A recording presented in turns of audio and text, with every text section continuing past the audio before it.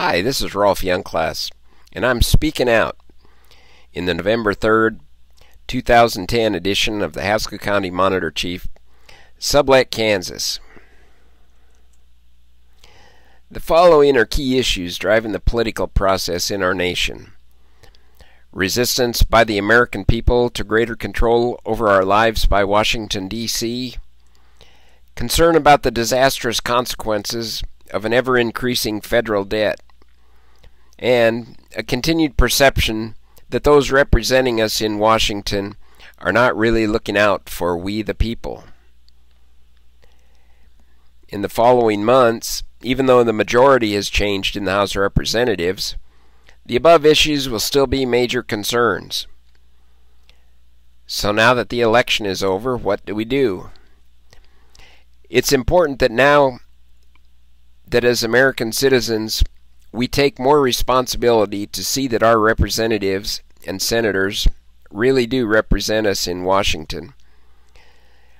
We need to have a no-tolerance attitude for legislators who are irresponsible with taxpayers' money or who are out to build their own kingdom rather than serve the interests of their constituents. It is important that we correspond with those representing us in Washington by phone, email, letters.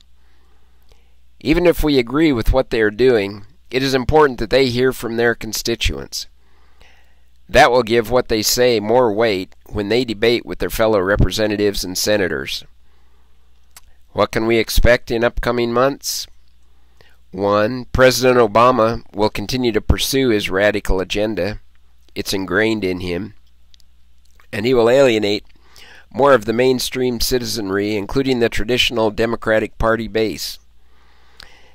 2. Look for growing division between the union membership and leftist union bosses who have set themselves up as Obama hacks.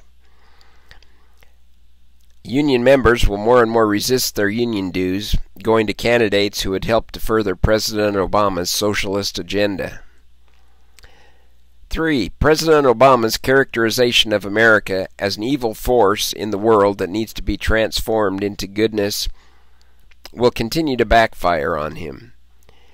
People do not want to scrap our nation's great heritage and exchange it for tried and failed Marxist methods. 4. A midterm election producing a House and Senate with much diminished support for the president's agenda is going to cause the president to lash out even more at the, quote, obstructionists, and we'll see more Democrats willing to join the opposition to his agenda.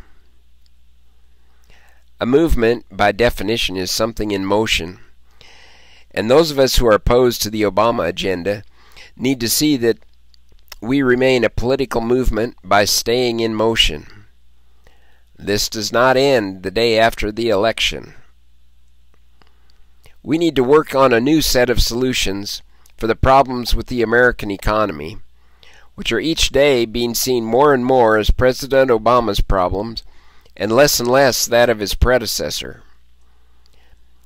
President Obama and the current crop of leading Democrats that have been led by Nancy Pelosi and Harry Reid will need to set aside their big government, deficit spending so-called solutions and give way to common sense solutions that the American people are seeking.